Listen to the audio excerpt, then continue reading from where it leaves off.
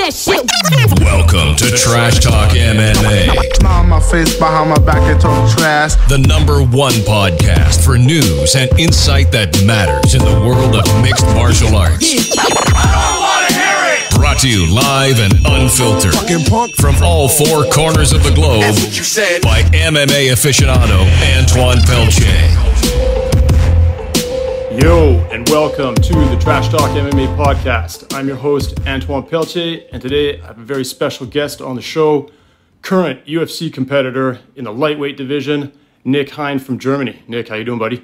I am fine. I want to apologize. I came late for our appointment, but finally I'm here, and I am enjoying it already.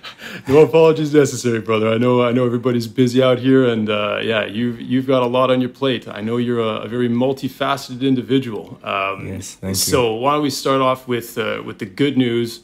You are officially a Tiger Muay Thai sponsored fighter. That is absolutely right, sir.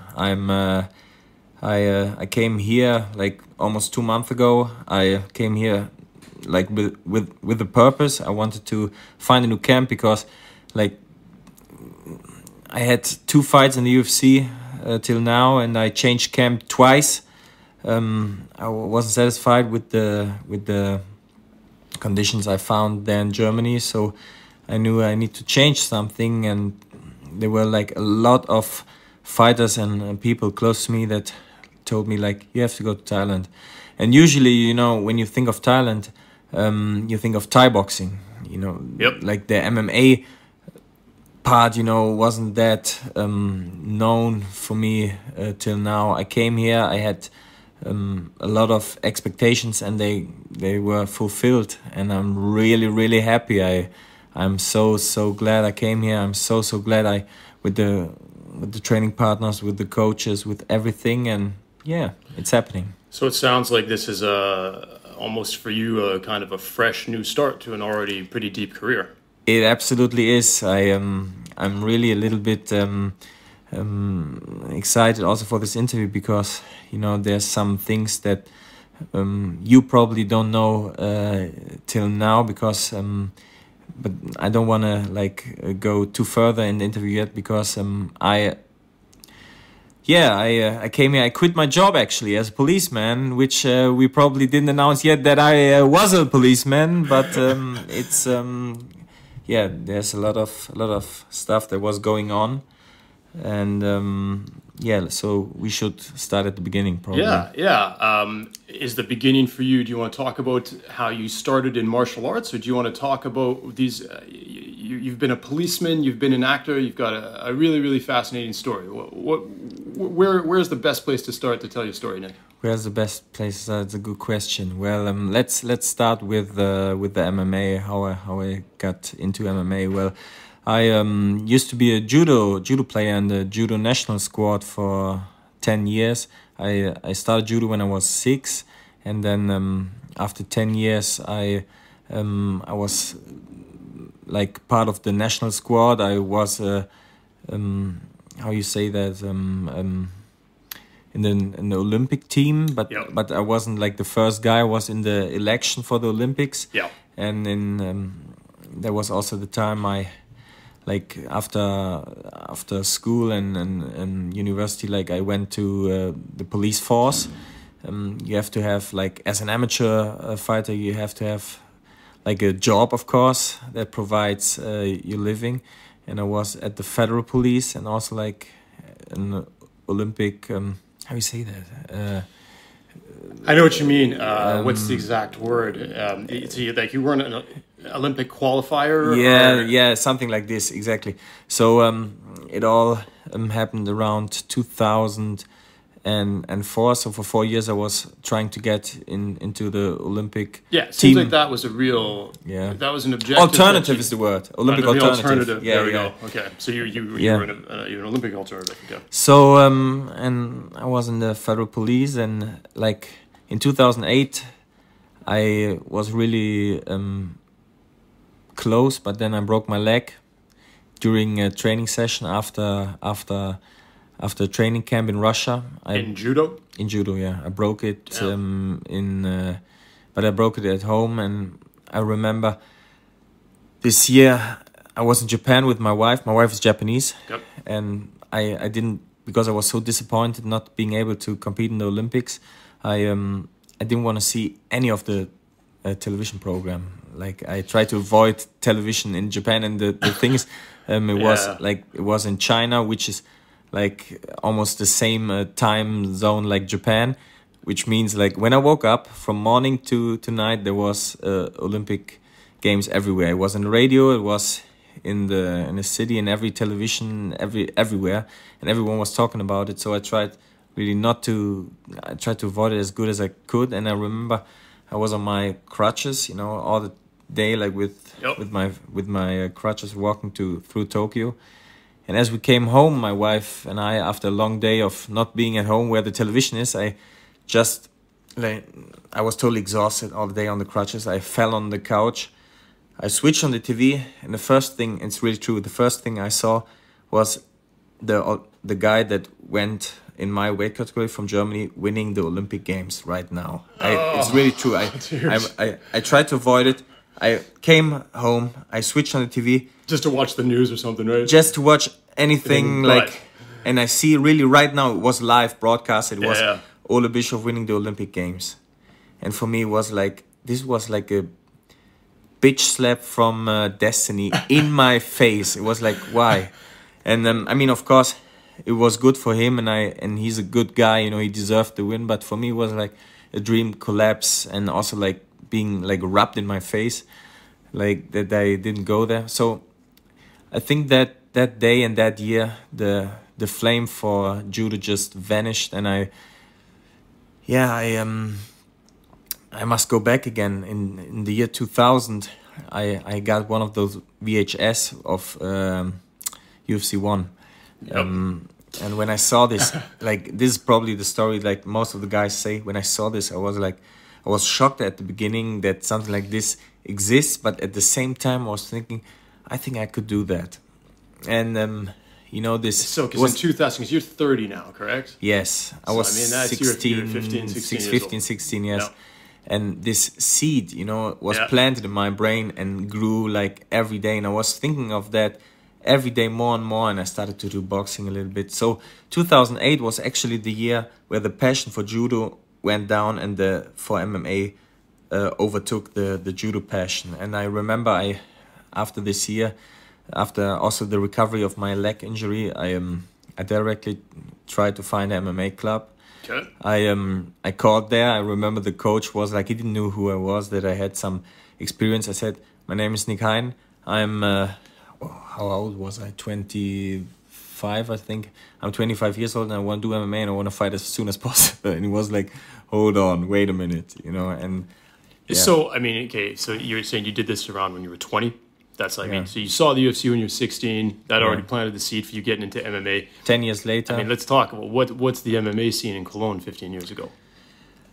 Nothing. Nothing, right? Nothing. So who'd you turn to? Where'd you go? I did it like in 2000 and I started in 2009. So there was some time to develop in Cologne. During the time I saw the video, there was nothing. So, you know, the only thing I did was like I bought some boxing gloves. There was like a place next to my house where we could train. It was actually a youth center, something where like they a YMCA type thing. Yeah, exactly. And we went down in the basement and like tried to do it, you know. And I this is the first and only time I really got knocked out, I remember, because I didn't know anything about punching, and but nevertheless, there wasn't really a professional training. So what I did was like just grow this idea in my mind, go on with judo, I went to boxing clubs here and there and tried to develop my striking, which I liked, but I didn't really train anything. And then in 2009, it all started. Like after there were clubs, and I started in one in Cologne, and I had my first fight like 3 or 4 months after and that was also funny. Because I was invited for a judo training camp for the World Championships, and but of course, you know, I wasn't the one who was the first guy. The Olympic champion was, So I was just like invited as a training partner. So for me, but there was also like on the same date there was like a fight. My first fight, my debut could be on this weekend. So I told the national coach that I have to go to marriage because I'm the best man on the marriage, and I chose a location far away, of course, that I have a lot of time. I said that it's in Italy, and I have to go there. I'm the best man, and but actually, of course I wasn't. I was going to this fight. I won this fight, and you came back from the wedding with a black eye. And I wasn't there. I had a black eye, but I remember I called the coach after the fight, and I said, "Yeah, so I'm going to be there tomorrow evening." He said, "No, you're going to be there tomorrow morning and at 10 o'clock at the first training." And I was like, "Damn it, It was like a 6 hours ride, so I partied till 3 o'clock, and then I thought, from 3 to 9, it's like 6 hours. I can make it. So I after the party, I directly went to the first training, which is it's like this, and I came through with it. Excellent. So when did you take your first pro fight, and under what gym were you affiliated with? That was actually my first fight was a pro fight. Okay. And okay, so that first fight wasn't an amateur fight. That was a pro fight. No, it was a pro fight, and it was the name of the club was Combat Club, but I changed many times my clubs because I was used to high standard of judo, to the high standard training, like national squad training, and for me it was like when I found out like that professional fights, don't necessarily mean you are training in professional clubs. I always try to find the best level of training for me, and which this eventually meant that I had to change club many times. I tried to find the best for me, but yet my search just ended 2 months ago, and I'm already 6 years into MMA.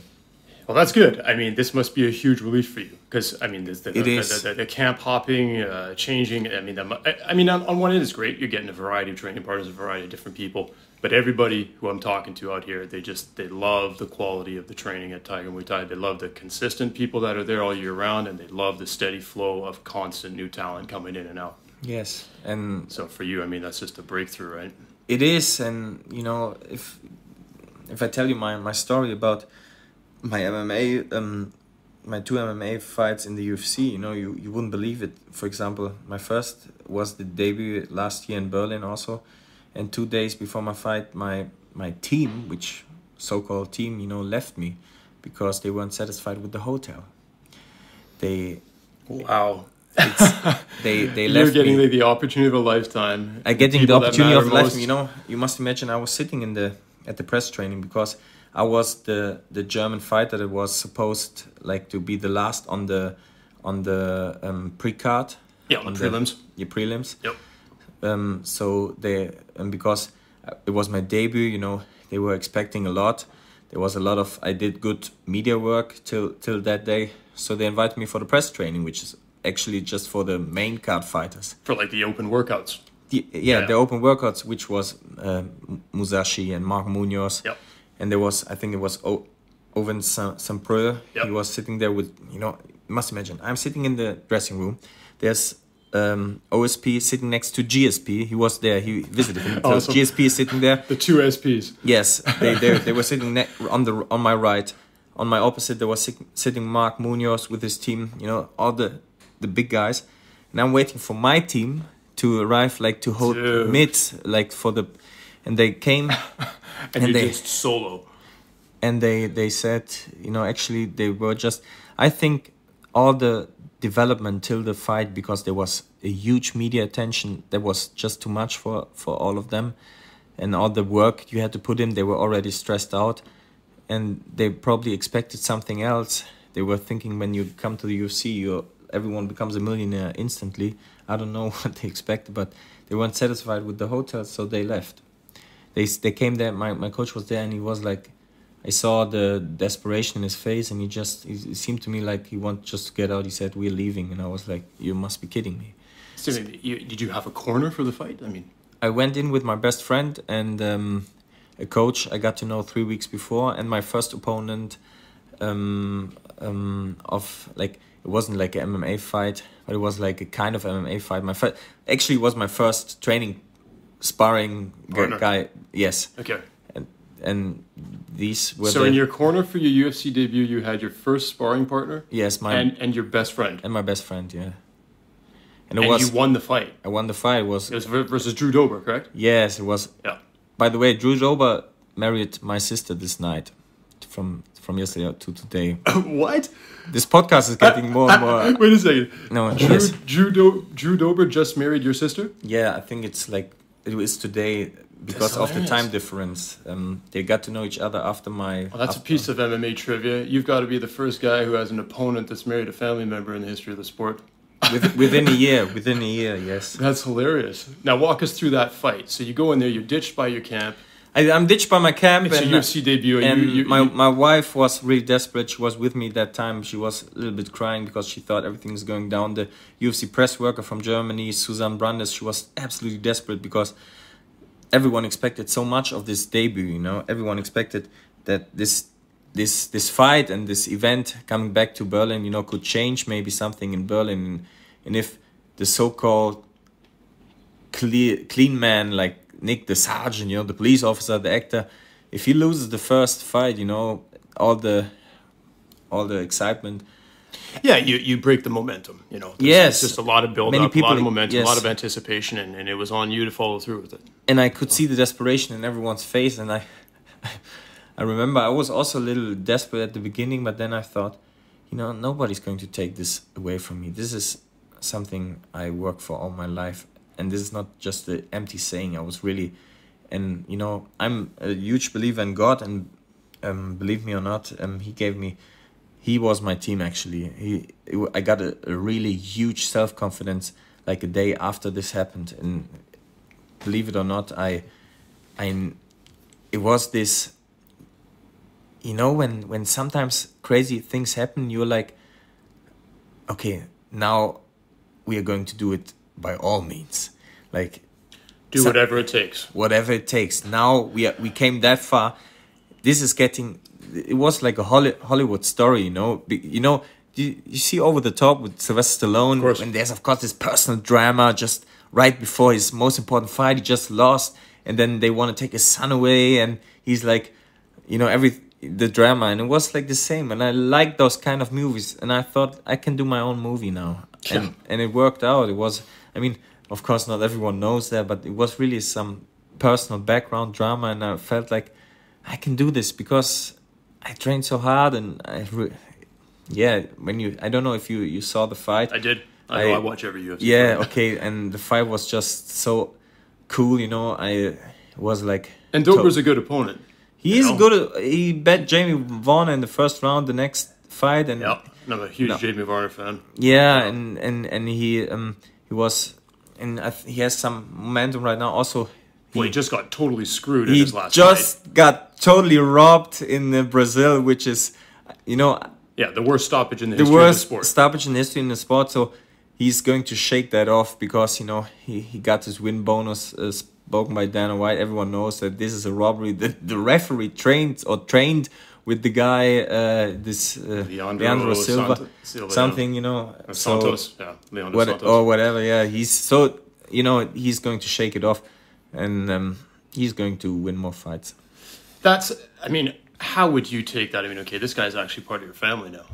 Yes. And I mean, that must be one of the most deflating things that can happen. You travel all the way to Brazil. Yeah. You've got a highly anticipated fight. You're coming off a vicious win over, I consider Jamie Varner almost a legend. Yeah. And you're riding all that momentum. I'm sure for every MMA fighter or a UFC fighter, to fight in Brazil is a dream come true. Mm-hmm. And the fight just gets stopped for nothing. You know, I don't want to lay. We have a saying like in Germany: don't lay too much outside of the window because you are going to fall down. So I don't want to lay too much outside the window. But there's a lot of people saying, you know, that this is fixed. You know, like Bet Mafia or something. People are putting money on that. I don't know about that. I don't want to say it's like this, but it seems kind of strange when somebody. Actually, at first it seems strange that that this guy was able to judge this fight. What's crazy is he even reffed a fight after on the same card. They brought him back out for more fights. I was like, are you kidding me? Like, I mean, I know the UFC is not going to let that happen again. The UFC is a great promotion, and they are learning. And you know, if there's some people, when they try to do bad with the company, you know, they will get screwed. I think this ref, whatever what was his intention, like to judge the fight like he did, he's not going to be able to do that again. Right after the fight, you know, they went to the kind of the newscast with Brian Stan and Dominic Cruz, and Dominic Cruz made a really good point. You know, why isn't instant replay available in MMA? You know, it's available in virtually every single other sport.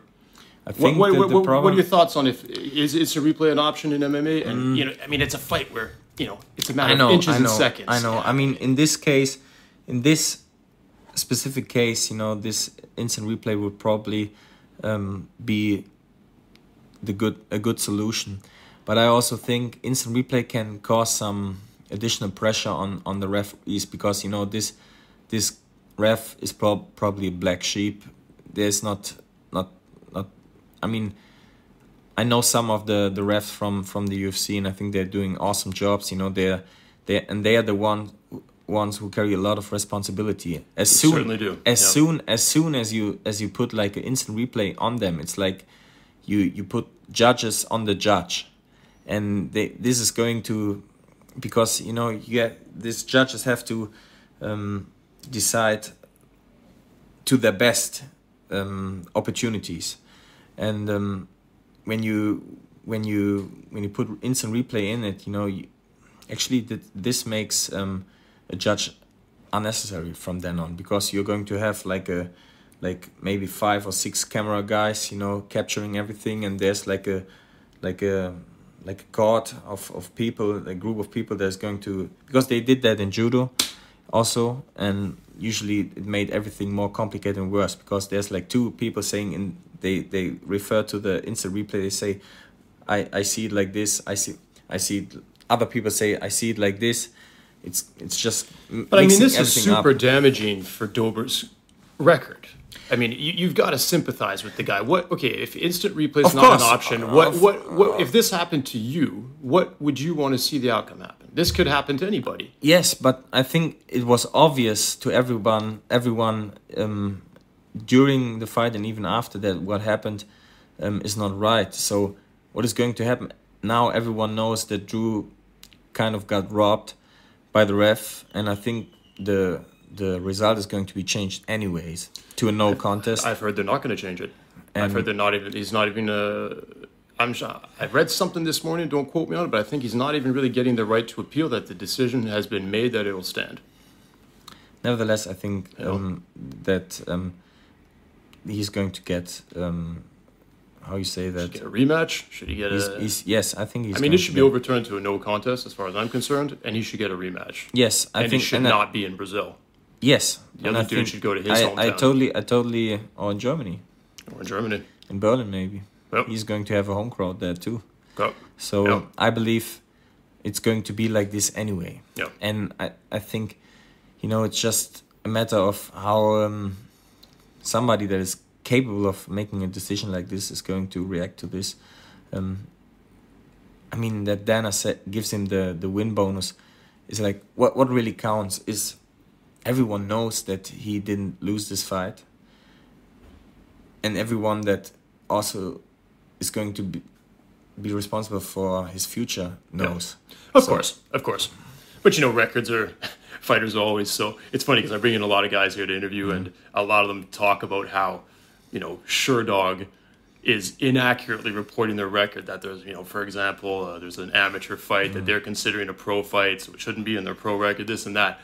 It's something that's close to the heart of a fighter. It's at a glance, that's how anybody can see your wins and losses. It's important, you know. Somehow it is, but we are not in pro boxing, which I really love to bring up, because pro boxing, you know, you've get the feeling every channel, every promotion has its own world champion. Yeah. And in MMA, you know, you got guys like, for example, now please help me with the new lightweight champion, Dos Anjos. Oh, Rafael Dos Anjos. Yes. Yep. He has a record in the UFC. He lost to several guys, you know. He lost to Clay Guida, lost to Jeremy Stevens with that hellacious uppercut. Yes, He had some rough losses, man. But nevertheless, you know, that doesn't mean anything in MMA. If you have a good winning streak, if you take your chance at the right time, you can be the next lightweight champion, for example. Yeah, like I think his path in the UFC, how he's improved since his losses, is really inspirational. Yes. You know, because nobody really pegged him as that guy because of the losses that he took. You know, he had his jaw broken by Clay Guida. He went 0-2 and then 4-4 and then became the champ in the UFC. It's pretty dope. Yes. I was just blown away by his performance against Pettis. I thought it was almost on the level of like TJ Dillashaw's performance against Renan Barão. Yes. You know, okay, he didn't get the stoppage, but I mean, he put one hell of a beating on a fantastic champion, Anthony Pettis. And that is something that defines MMA. It's like you don't need to have like a perfect show record or anything.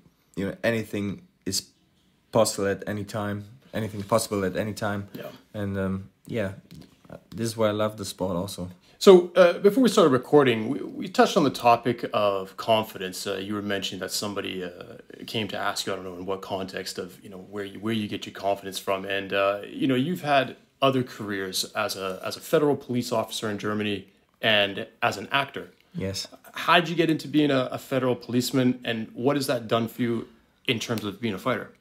I mean, as I try to explain to the people, when you think of judo in Germany, it's an amateur sport. You need to have nevertheless, you're not doing that for the money, because you don't get any. So you need to make a living. And for me, I always wanted to be a police officer, and I had that. Like when you ask me, like in preschool, I wanted to be a police officer. I thought it was cool, So when the teacher asked you, what do you want to be when you grow up, you said, I want to be a cop. I want to be a cop. I thought it was the same like in in the movies, you have good suits, you kick in doors, stop it, it's police, some guy jumps out of the window, you follow him in your Maserati, because cool cops always have like cool cars, and you get a lot of attention of the media, then you get back to the office, then your boss is like really shouting, what did you do? You destroyed the whole city. I got the mayor on the phone. He's trying what? And I'm like, oh, what is it? You want me to quit? And then that is what I expected. Yeah, like a police job to be. You were fantasizing the whole thing. I need to come true with true with how it is. It's not like that. Yeah. There's way more writing and less shooting, you don't... A lot more documentation than... Exactly, and than bullets flying. Actually, I'm most of the time I was just asked for directions. But, nevertheless, it's a job I love to do, I love to represent, like, the police force. And, so during my judo career with after school, like, with 19, I chose to become a federal police sergeant, and so that's where your nickname comes from. Exactly.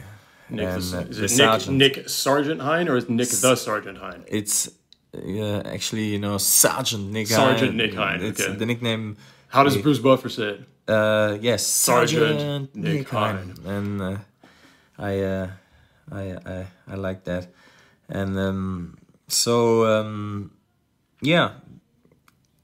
What did I learn out of police? Are you still an active police fighter now? Yeah, as I already now said at the beginning of the interview, I just quit my job. How did that come? After all the media attention and all the attention towards my person in Germany, I think we found out that being in media attention and being a police sergeant in the federal police, it's hard to to coordinate both. And additionally, you know, as I told you, there's a TV ban there was a TV ban in Germany, which made many officials think that MMA is not a real sport. And many of the officials of the federal police thought that too.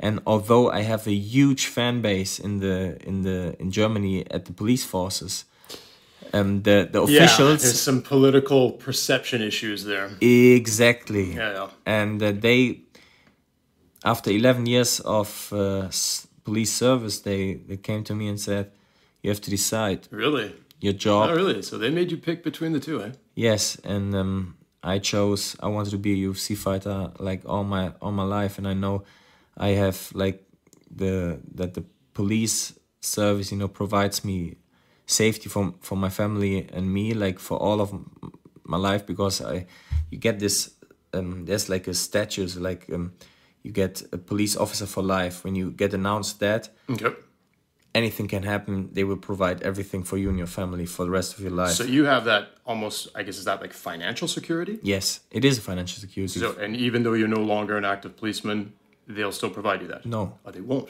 No, of course, no. I had to decide. It's almost like a military pension then if you stay in with them. Okay.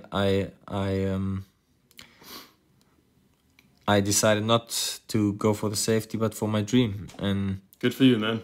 Yes. I respect that. I respect that. So I was smiling when we were talking before we recorded about people that just go for it. Take risks. And sense of adventure.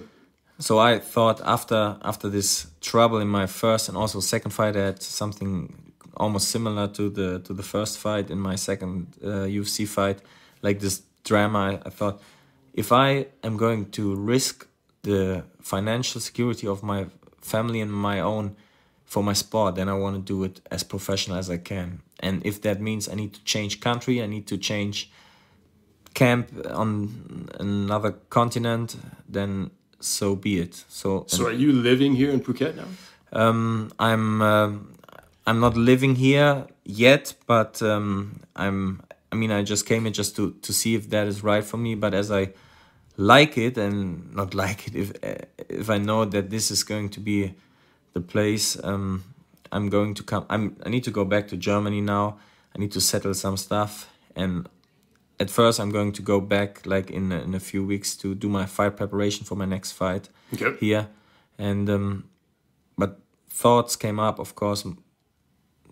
If you want to train here, it would make sense to live here, right? Yep. You know, yes. Just step across the street, right into the camp, train every day like a madman. Yes.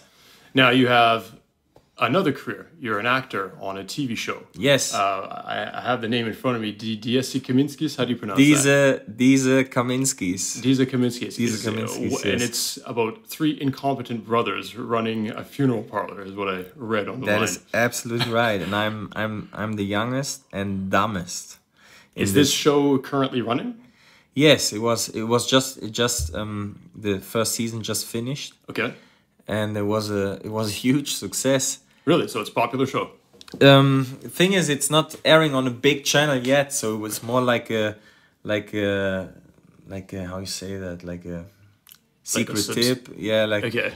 But it reached a lot of people, more than anyone would have expected, because so it exceeded expectations in terms of the amount of viewership. Absolutely, and it was announced. I know it was even nominated for one of the biggest German TV prizes with the really big shows, which was like a honor, like being announced a night of acting, maybe, if you want to say that. Yeah. And it became so huge that people really got to know me because of the show and not being a fighter. Has the show been renewed for another season? They are right now, how you say that, bargaining about... negotiating. Negotiating. Yeah, about everything, but there's going to be a second season. So obviously you'll want to remain on that. I mean, I got some, and that is really, I need to laugh when I say that, but I got some really good critics, like as being an actor. although I never attended acting school, and I'm the only one that is not an actor on the show. Okay. And that is something that honors me and gives me also some motivation to do that. Well, and what a great way for you to be in the public eye a lot, you know, in a totally different capacity as a professional athlete. I mean, you've obviously got some clout in your country from your judo credentials and pedigree. I mean, now you're probably a legend because you're in the UFC. It doesn't get any bigger and badder than that. You're a TV star, a federal cop. I mean, you must be something of a hero over there. Yeah, it's not it's not that big yet, but I think there's some potential, like especially for the sport. Like the UFC is still, or the MMA is still, as the TV ban is over, it's not broadcasted yet. They don't have a TV partner yet, but okay. Right now there's like the time where everything can change and UFC can become really big in Germany. So I'm not that well known yet because of my fighting, but I think now, as with all the background, this could really change, and it's already like working bit by bit, and I really enjoy that. Yeah, it sounds like you've got a lot of interesting pieces going on in your career, a lot of changes. I mean, okay, you stop being a cop, you've got this acting thing, you're in the UFC, you've got Tiger Muay Thai, you're ready to do whatever it takes. Yes. It looks like you're well placed inside the machine here to have a pretty big year. Yes, if it's God's will, then it could go like this, and I'm really. I always, you know, when you listen to the podcast, you won't see it, but all the time I have a big smirk on my face. Yeah, you look like a happy camper. Yes, and I'm like a kid, like thrown in this big amusement park of things that are happening right now, and I'm like at the same time as I'm doing and working for all this stuff, I'm at the same time like astonished and like, is this really happening? Because you must imagine that also the show aired at the same year I had my debut in the UFC, and that were two totally different. Yeah, people must have been doing double takes. Like, wait, I saw this guy in a fight, and he's on a TV show in a funeral parlor. Like, there was they must have been like, how do we connect the pieces here? There was huge cross promotion for both, which the UFC also could like benefit from, because you know the people that weren't really into fighting, but liked the show very much. They were like, wait, he's a fighter. I saw like a newspaper like where he was like in this cage, you know, isn't this no rules fighting? And they started to get interested in the sport because they were like, how is it? Is it like a joke? Or is it like, they were like, really, what is going on here? And that really attracted people. Well, what's interesting too is you know, being an actor, you sort of have to have a continuity in your look. So that was funny. Imagine if you were to have a fight, you know, and get a bunch of stitches or cracked above the eye. I mean, obviously with makeup they can do some stuff, but this is get a broken nose. There's not much they can do there. This is also like a really, really, really, really funny story. I was supposed to this show was supposed to be like filmed in May last year, which was also the month I was having my UFC debut. Okay. So I said, I'm not going to make the show. I'm not going to make the show. I'm going to fight my UFC fight. And they said, listen, if you are not going to attend like the show, you are never going to be on the show again. Then you are out. You're going to be replaced. And I said, and so be it. Because my dream is to be a UFC fighter and not to be on the show. They said, listen, Nick, you're not George Clooney. We might change the appointment for the show for really a name, but we are not going to change it for you. So you're going to be replaced. You are aware of that. And I said, so be it. You made your pick. So I chose the UFC fight. I prepared. 2 weeks later, they called me again. They said, okay, we changed the whole filming. We are going to start 1 month later, but you need to promise one thing. You're going to win that fight, and you're not going to be banged up. I was so happy. I looked up to the sky. I looked to, I was praying, like, and I thanked to God that He gave me both opportunities. And you know, I remember all the stuff of the filming. They all bought Fight Pass. You know, this internet channel. I'm on it all the time. I talk about it all the time. I love it. They all because they all wanted to see in what state I am. Like, because 2 weeks after the fight, we started the filming. Yeah. And they wanted to know if I'm banged up or not, which I wasn't. And then really, like 2 weeks after the fight, we did the filming. That's awesome. No, I mean, it's cool that you stood by your convictions, and it's funny how, you know, you talk about silly stuff like the law of attraction and whatnot, but I mean, you were like, my dream is to take the fight. My dream is to fight in the UFC. I'm doing it. And guess what? The universe kind of bended things your way. And you got both opportunities, and they both worked out well. Yes, it was an awesome year. You know, it's an important statement to just, you know, go with your convictions, man. You know, your gut instinct is going to tell you what you got to do better than anybody on earth. Yes. You know? Yes, that is. So when can we expect to get you back in the cage? Well, there's nothing announced officially yet, but there's going to be an event in Germany on the 20th of June in Berlin, and I am pretty sure that I'm going to be on that card. That would kind of make sense. That would kind of make sense as one of the German fighters, and exactly.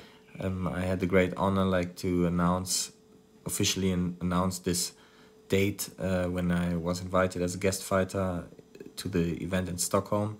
Yep. So and that will be your Tiger Muay Thai debut then? Absolutely. You must be excited. I am. That's going to be cool. Who will be cornering you? Well, Roger is going to be cornering me, and I mean, there's my coach from Germany, my fitness coach who is with me, Jakov Maximovic, and of course, maybe James, maybe George. There's 3 guys. Maybe Alex, maybe Woody. You know, we need to make the team, picks, get the team together. Okay. Yes. How much time do you think your training camp will last? Well, I'm going back to Germany next week, and I'm going to be back at the end of April. So from the end of April months. till like 1.5 months, almost 8 weeks. Yeah. Okay. Any opponents in mind? Oh man, I think lightweight is the biggest weight category of the UFC, like people wise. So yeah, it's a huge. There's a huge lightweight roster for sure. So I mean, I'm still at the beginning, so I take anyone. Okay. Anybody you'd like to fight, or just throw somebody at me? Yes. Not a boy. That's the fighter way. Yes. Excellent. Well, Nick, it's been a real pleasure talking with you. How can people follow you on social media? Follow me under Nick Hein MMA. It's NICKHEIN and then MMA on Instagram, on Twitter, and on Facebook. I have the fan site on Facebook, and follow me on those 3. I'm actually like doing all my posts by myself. I really like to be on the social network and communicate with my followers and fans and friends. So please. All right, man. You guys heard it. Heard it from the horse's mouth. Hit him up. He'll interact with you. Yes. Excellent. Well, listen, Nick, I wish you all the best. Thank Congratulations on your signing with Tiger Muay Thai. I know you're in great hands there. Thank you very much. You seem like you got all your mojo right now. You got your big smile, and it looks like you're ready to rock and roll in June. So we'll look forward to hopefully seeing you fight on that card in Berlin. I can't see how that wouldn't happen unless you get injured. Yes, thank you very, very much. Excellent. This was the Trash Talk MMA podcast. I'm your host, Antoine Pelche, with my guest, UFC lightweight contender Nick Hein. Follow me on Twitter. Follow me on Facebook. Peace. Thanks for listening to the Trash Talk MMA podcast. Be sure to visit trashtalkmma.com. On my face, behind my back, and talk trash. And don't forget to follow Antoine on Twitter at Trash Talk MMA. Let us know you're listening. Use hashtag Trash Talk MMA.